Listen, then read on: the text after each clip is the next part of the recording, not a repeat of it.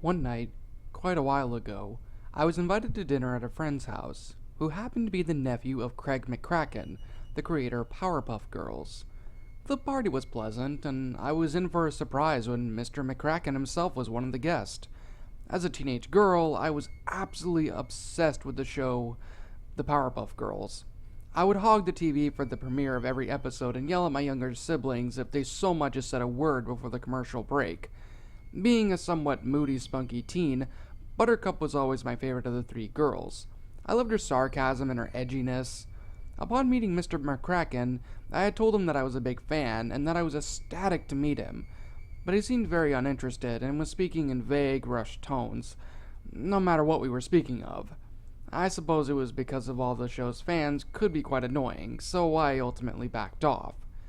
Somewhere a bit later into the night, Mr. McCracken left hurriedly, not noticing that he had left a small envelope with a single disc inside.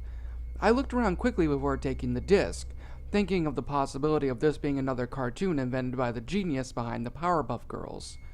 After the party was over, I rushed home to see what this mysterious disc had in store for me. With my hands trembling, I lifted the shiny disc from its envelope, and my heart fluttered with delight when I saw that the DVD had Buttercup.avi written on it in purple Sharpie. Buttercup, as I've said before, had always been my favorite, and I was incredibly anxious to watch this episode, that for one reason or another had not been released, but left next to a chair at a dinner party. I put the disc into my DVD player and it started instantly. No title screen, no credits, nothing. The episode started off oddly. The colors had been dulled down to an almost sepia tone, and the house looked all wrong. The windows were busted out and the walls looked dirty. There were small reddish-brown footprints going up the wall to the middle upstairs window. Confused and somewhat creeped out, I continued watching. The camera zoomed into the house, which looked even worse than the outside. Professor Utonium was sitting on the floor, sobbing. He looked up into the camera, his eyes looking too realistic for even the most advanced animation of the time, and he had this horrid pained expression on his usually smiling face. "Buttercup, what have you done? Why have you done this to your sisters? Why? Why? Why?" He sounded genuinely like someone who had lost everything, and my heart hurt for him. Behind him sat the corpses of Blossom and Bubbles, horribly mangled. Blossom was missing one eye, and photorealistic blood dripped from her empty socket. Her limbs were broken and twisted at unnatural angles.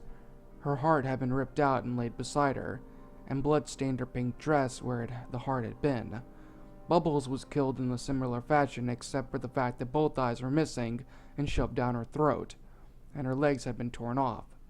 Disturbed more than I had ever been in my entire life, maybe I began to feel sick to my stomach, but I knew I had to keep watching. The camera then cut to Buttercup, whose eyes were also very realistic, like Professor Utonium's. She had an unusually heartless, bitter look on those all too realistic green eyes, and a twisted smile on her face. She was stained with blood from head to toe. She tilted her head up and very slowly, and then a maniacal laughter left her mouth, ringing throughout the room and in my mind. "Didn't you see it coming, Professor? I'm sure all of our adoring fans did." She spat, sounding disgusted at the words adoring fans. "They were so annoying, with their constant happiness, their love of always being in the spotlight, always being nice and good and perfect. I hated it. For years it disgusted me, but not anymore, Professor, not anymore." Professor Utonium continued sobbing, and the horrid sound got louder and louder until a green streak with a silver glint flew across the screen. The professor's disembodied head then flew at the camera, his eyes staring directly at me for the remainder of the video before cutting to black. Thinking that it was over, I went to turn off the TV, but I stopped when I heard the sounds of screaming and singing. Blossom and Bubbles' screams were quiet, as Buttercup's voice was loudly singing, "Hush, little babies, don't say a word. Mama's gonna kill you and make you burn. And if those corpses just don't burn, Mama's gonna bury you beneath the ferns." Though the words were cheesy, the sound of Buttercup singing and the eyes of hers and Professor's still alive head haunt me in my dreams to this very, very day.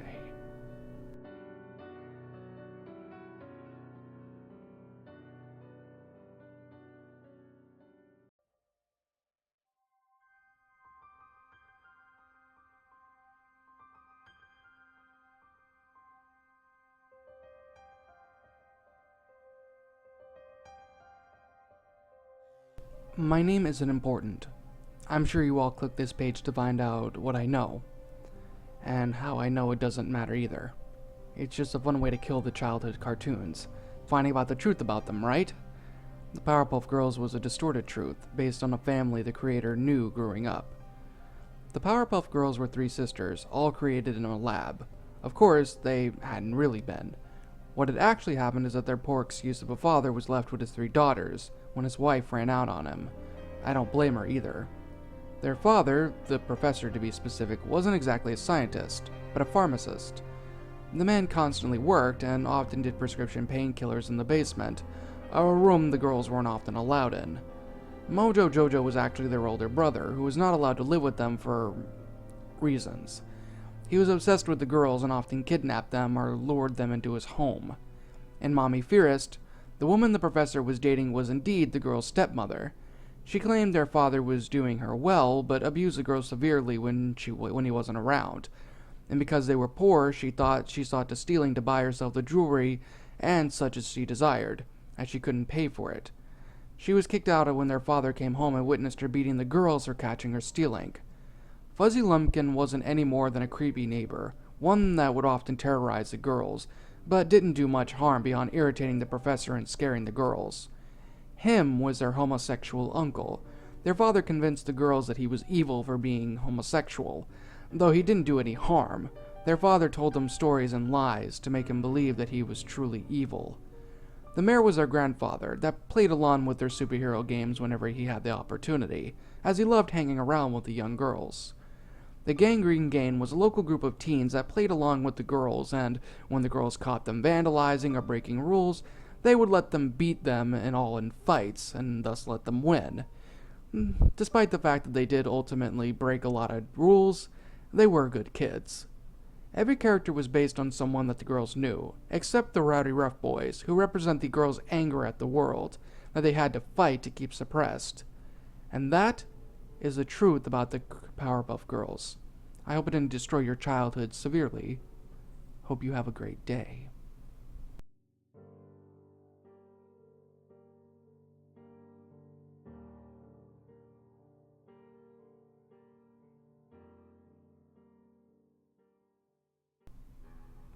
Does anybody remember the Powerpuff Girls from 1998 to 2004? If not, it was a show about 3 little girls named Blossom, Bubbles, and Buttercup who dedicated their lives to fighting crime and the forces of evil, as the show itself even said.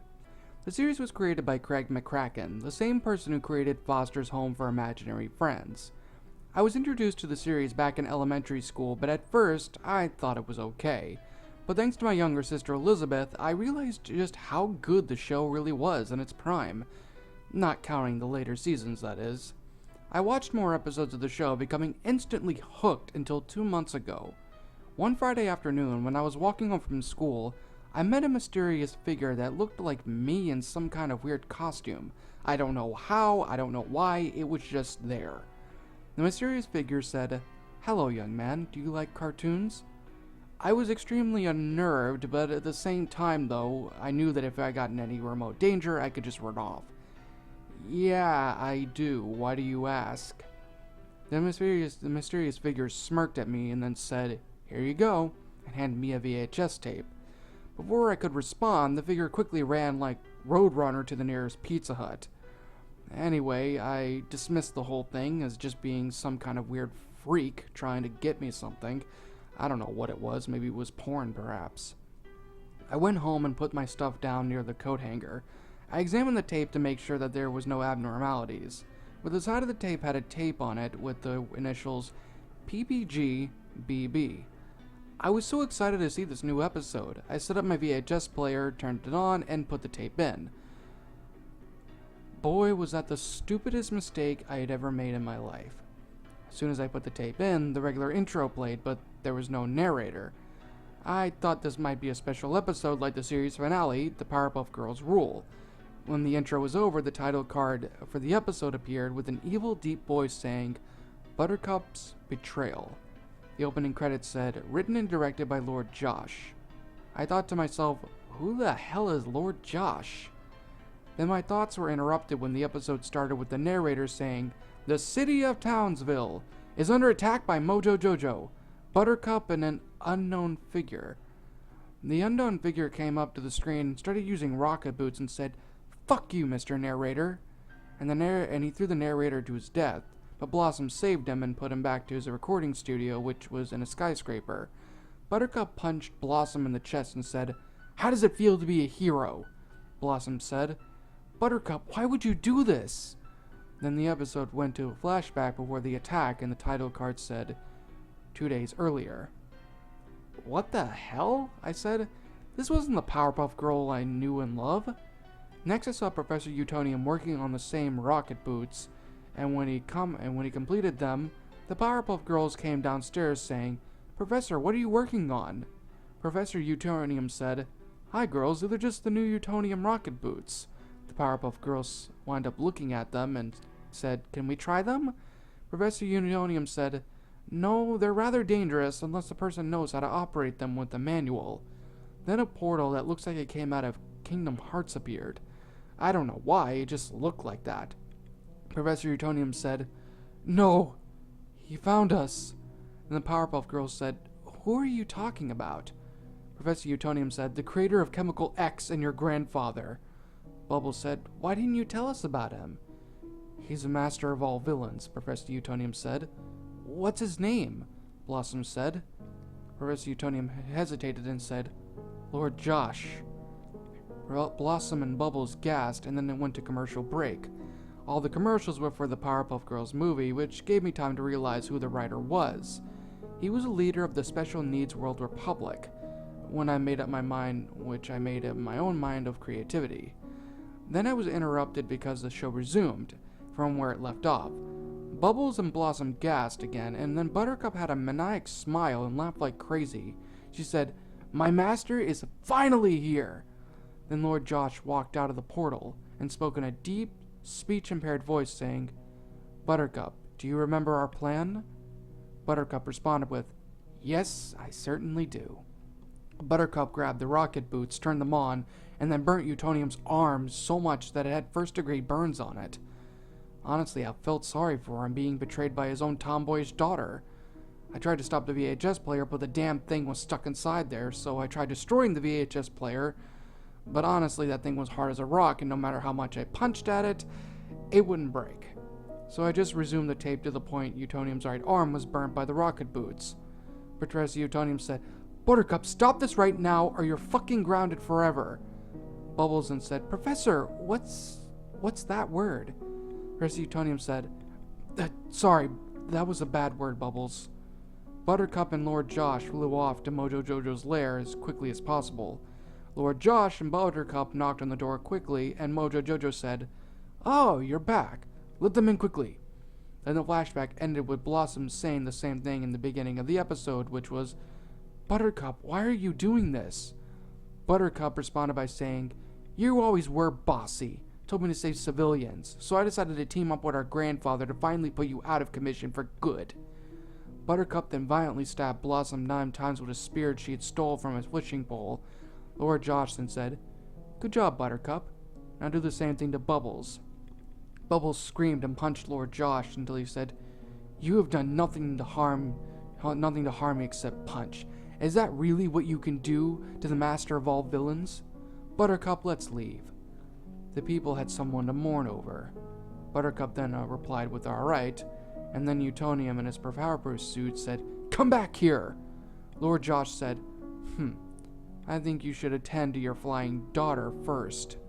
Mojo Jojo and Buttercup teleported back along with Lord Josh, possibly to Mojo Jojo's lair. I never found out because the episode just ended right there on a cliffhanger. I was pretty pissed off and decided to email Craig McCracken to see if he had heard of Buttercup's betrayal. I sent him the following message. Dear Mr. McCracken, I had received an episode called Buttercup's Betrayal from a person that, honestly, I don't even know how the hell he came by, but whatever. I watched it from beginning to end, and I have so many questions. Did you honestly have that character called Lord Josh? Or was the plot supposed to be Mojo Jojo and Buttercup finally defeating the Powerpuff Girls together? Was Blossom stabbed by her own sister? Honestly, can you explain this shit to me? Thank you. He responded the following week with the message. Hi, Josh. I remember that figure pretty well. I think he might have... Honestly, I can't exactly really recall. He might have been an ex-coworker of mine, perhaps. And if I happen to find him, I'll make sure to punch him straight in the face for you. Oh, and Buttercup's betrayal? Yeah. The plot that you saw on your TV... that was originally planning on being a 3-episode arc. But Mr. Goon immediately escaped police custody and took the only copy with them. And so, he ultimately stopped the whole production. Sincerely, Craig McCracken. Thanks to the tape, my life is still a shit creek, so I finally destroyed that damn thing. And that thing hasn't come back ever since. If anything, I'm glad that everything went by well. I still have many questions, but for the most part, I'm not even going to bother asking them anymore. I don't need to.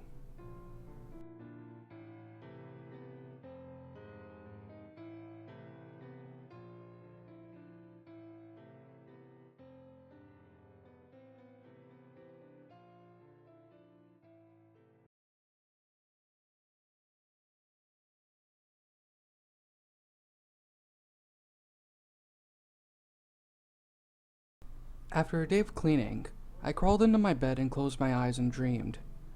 The dream was much more graphic than the ones I usually have.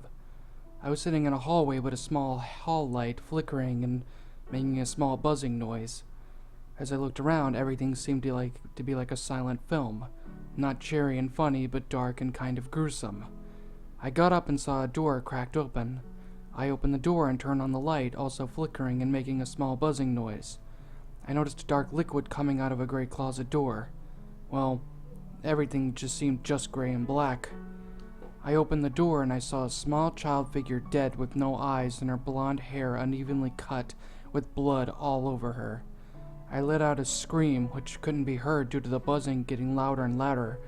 I got on my knees and covered my ears to block out the sound of the buzzing. I just kept getting louder and louder and louder until I blacked out. A soft piano woke me up. I tried to get up, of course, but now I was tied to a chair with a rope, giving me rope burns everywhere. I looked up to see another little girl, except she was alive playing the piano. The soft tune I had never heard kind of soothed me in a way. The girl playing the long red hair and a torn ribbon seemed familiar too.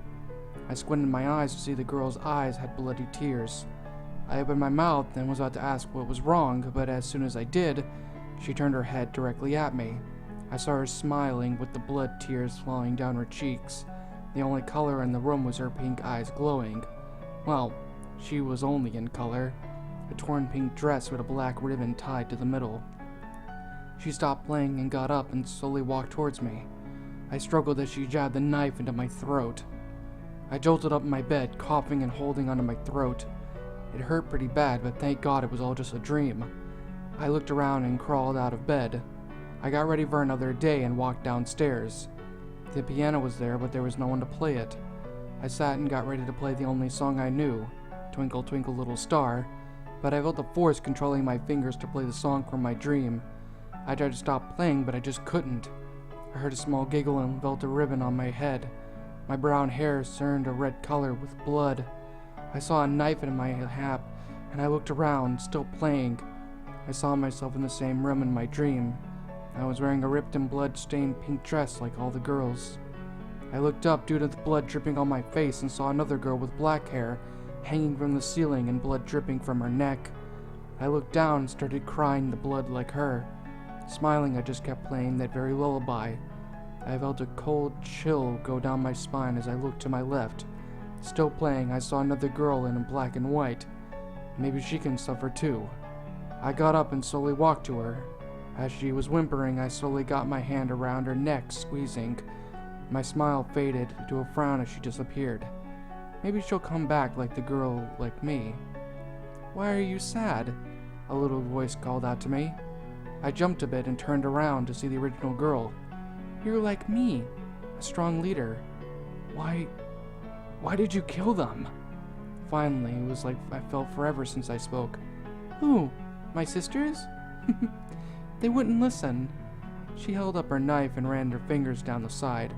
So I gave them chances. 1 chance, 2 chance, 3rd, and then bye-bye. What's your name anyway? I started to back up a bit. Blossom. She smirked and sprinted at me. Please, if you ever had this experience, let me know. I need to find Blossom's true motive to murder. Please. Hurry. I don't have much time left.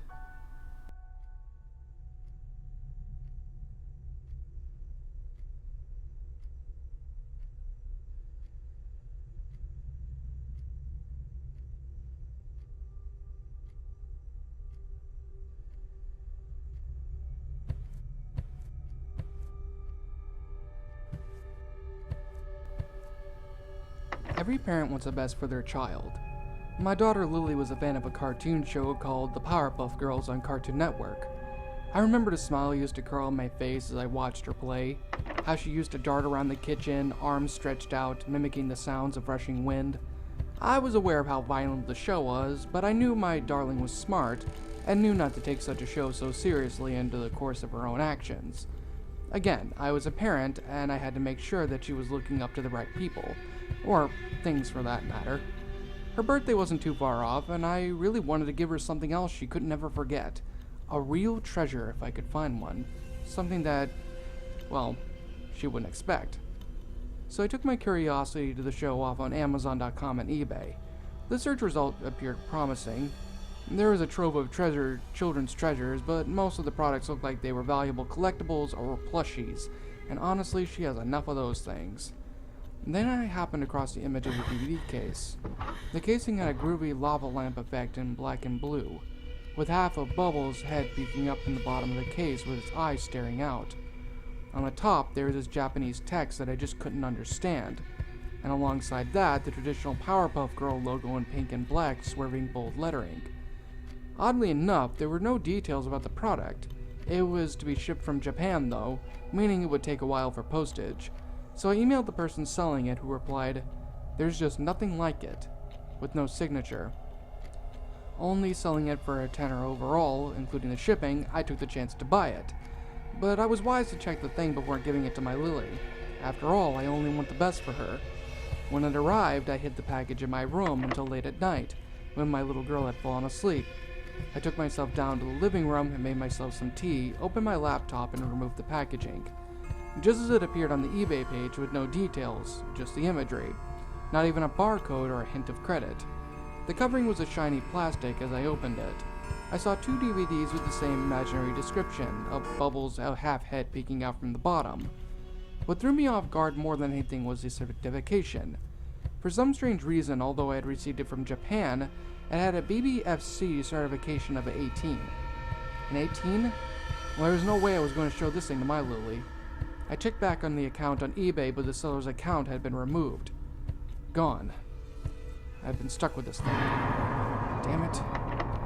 Regarding my own thoughts of the show, I felt it was my obligation to judge this thing for myself. How was I supposed to get rid of it without knowing anything about it?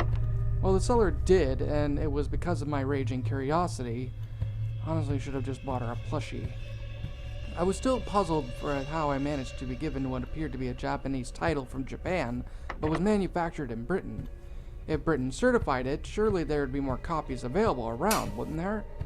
I concluded my own pondering, assuming it was a unique product, that there was only one single copy, and that was perhaps posted to Japan as some sort of special gift to whoever. Seller himself, maybe?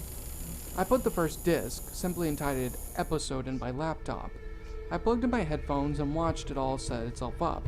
It came up with a naked start screen, just black with white lettering, Episode, which I selected. The screen suddenly flashed white, just a few seconds worth of frames, making me a little uneasy. I swore I had seen something in that single white frame, but I shrugged it off. Perhaps maybe an error of some kind. No introduction like any of the regular episodes had.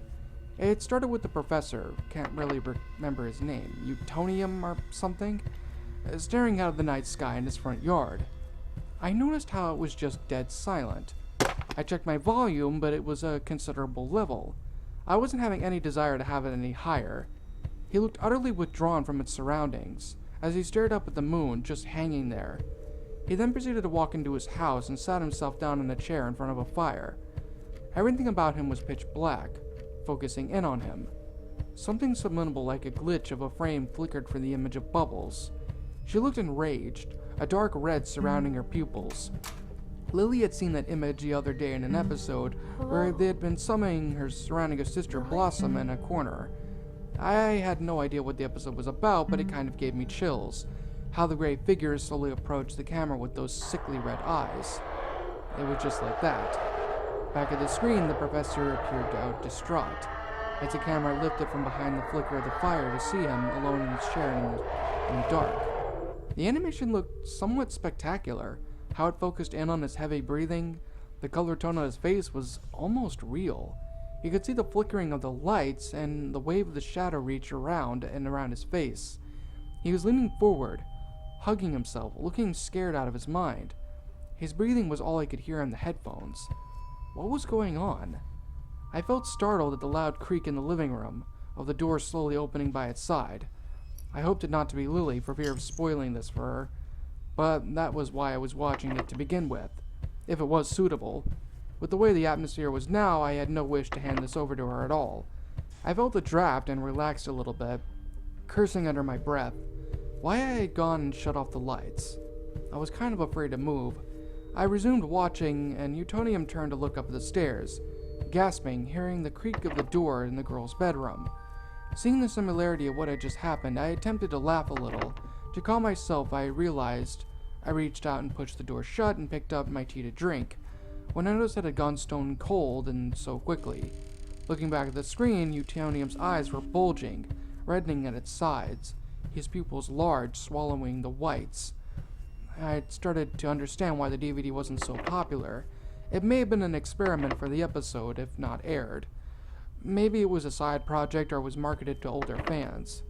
That perhaps made sense, given that this was a show designated for young girls. The professor had risen from his seat and ever so slowly started to make his way to the stairs. The angle was shot over his shoulders so you could tell you were walking in them. The stairs seemed so distant, like miles away. Every step he took, the stairs seemed to draw away from him, reeling back into the dark. A faint figure shot across the screen in front of him and he froze. So did I. He spun around to face the camera, looking side to side, dripping with sweat. A bubbly giggle echoed faintly and then disappeared. Reluctantly, he made his way up the stairs. As he reached the top, he went to grab the handle of the girl's room. We noticed something from across the hallway. At the end, lurking, was a short, pitch-black form, standing and facing him. A number of seconds passed by uneasily until it appeared to move forward, gliding in the dark. The professor's breathing was picked up again on my headphones, and I scratched the side of my face a little watching. What was this? What the fuck was this? A bold warmth clutched at my shoulder, and I felt someone breathing in my ear, with the words, "Abzu," muttered softly from a pair of lips. I yelled, swiping out blindly in the dark and switching the light on to find nothing. Absolutely nothing. I realized how loud I was, and I felt tempted to check upstairs for Lily in case I had woken her. I pressed stop and listened out for her. Not a single sound. I felt the need to turn on the DVD off, but I felt hooked. Perhaps it was a version intended for adults. If so, maybe one day when Lily's old enough... No, what am I saying? I can't give this to my daughter. I pressed play and found that the dark figure was standing inches away from the Utonium. It looked up at him with a round gray face and no eyes. It stretched open its mouth slowly, with a loud inhale. As it did so, its high pitch descending into a long, deep tone, reaching a pitch I didn't think would even be attainable by any voice or instrument. The screen warped and twisted in on itself slowly as it reversed its pitch to being suddenly high like a siren. White noise sounded for a brief moment, and then the figure flickered out of its vision, restoring to the standard fixed normal again. Utonium looked around him, panicking to see if it moved. Where had it gone? Had reality slipped from him? Was he imagining it? Was I imagining it? He turned to face the camera, and the screen shot a close-up of the creature's face, screeching loudly. Jumping, I turned down the volume, completely shaken. and there was another single frame that flashed for a second. I rewound the DVD and it stopped it. It was on her sisters, standing idly by side, all in gray and their bedclothes torn as if they were rotting or decayed. Smiles carved edgily into their faces. Utonium burst into the girls' room to find the two of them sleeping soundly and safely. Buttercup, Blossom, yet no Bubbles. Something he had grown used to by now. He got on his knees, and as he reached the side of the bed, watching them sleep, he smiled, stroking Buttercup's hair. Back on his feet, he looked at the end of the bed by the windows, where the blonde darling should have laid rest.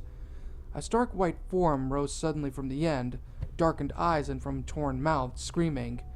The screen went to black abruptly, cutting out the sound, and the title episode reappeared. It was finished. I sat in astonished silence for a second before I had ejected it. I just didn't know what to do. What could I do with it? There was still the other DVD to watch. No chances. I didn't want to take chances in the innocent person stumbling across this. I inserted the next DVD, shivering at the stare Bubbles gave me on the cover it. It was entitled, Real. This one started out as usual, the theme playing, and I felt my heart calm down itself a little. There was a title announced again, Real, but no credits. The other in black screen card appears with the Japanese letterings, and then the bracketed Absurd. Large static and reflection of echoes sounding industrial as if recorded in a factory emerged toward the screen and dark again. Utonium was in his lab, and it looked like he was playing another concoction. The girls emerged from behind and watched him as he took the chemical X and poured the entire context into the mix, a stern, demented look appearing on his face. The girls, frightened, kept distance as the pot grumbled and smoke rose from the mixture. Utonium stood back, disconcerted, before Bubbles flew over the dully colored collaboration of gunk in the pot. The smoke and a swirly, curling motion swept across her face and invaded her lips to her throat, so she inhaled as she floated. In a fixed state of puzzlement, she began to twitch. The light in the living room went off, making me jump. I looked about me, stopping the DVD for a moment. I had to make sure. The flickering numerous odd frames and her twitches, somewhere just like anything I hadn't seen. Most of the images were of the villains, displayed in a realistic fashion, that the girls occasionally fought in the series.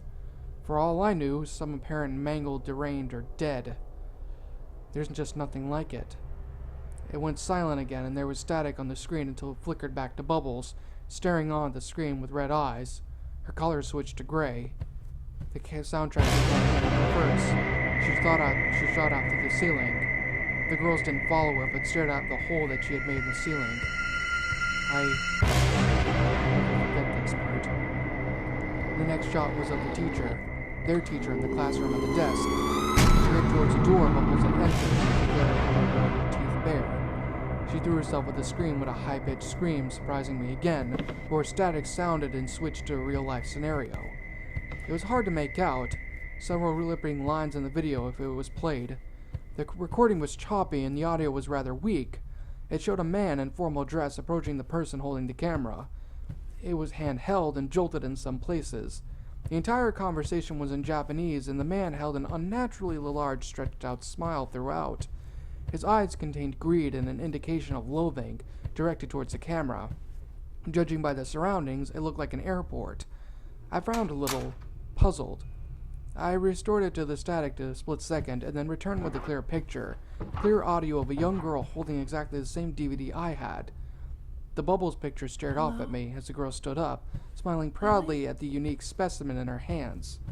The same language chipped from her, as she stood before the camera poking out Bubbles. It went fuzzy again, and then there was loud static.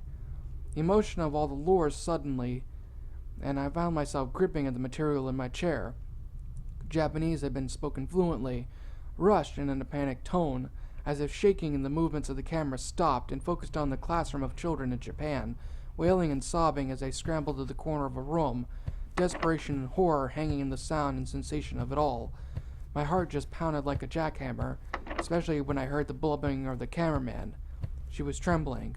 A small figure was stood on the other end of the room, desperate and distressed in a robe of gray, hiding itself from vision. The camera called out to someone before a splatter of red hit the lens. The men bellowed, expressing grief and further sobbing. The children screamed and the focus died as the camera flung itself back and forth along the hall, indicating the man running. The children followed behind him with piercing yells. More blood hit the lens before I restored it to static and the cartoon returned to the screen. I realized something from when I had watched it. The cameraman, the one recording it. A moment he was fixing his recording close to a mirror where the creature was standing. It was him. It was the one who had sold me the DVD. I knew from this image on his account. I was completely godsmacked. It hadn't just been an intrusion of a random real-life sequence. It was a warning. Silence once more. The camera was reeling out of a crowd of people staring at Bubbles' lifeless, mangled gray body. His corpse sadly. Buttercup was at Utonium's side, comforting him as he sobbed. Black started to eat at the screen until there was nothing left. It faded into the next shot. A Bubbles marching slowly towards the camera with red eyes and angered. Heavy breathing as if struggled, flooded the headphones, gradually getting louder and louder and louder. As the behind her scrolled slowly. Suddenly, I found myself back at the title screen. Silent. It was over. Overwhelmed with shock, I couldn't find myself to move. After a minute, I reached for my headphones and moved them to my ears. I collected the DVD from my laptop and placed it back into the case. I had to get rid of it. Even I couldn't believe what I had just watched. Walking up to my room after turning off the light, I heard a subtle hiss.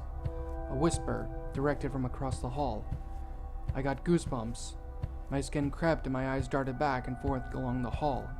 I came to the last stair and found myself staring at a short black form in the end of the hall. It gave a light giggle and it rushed to my own room, slamming the door shut. My heart was caught in my throat.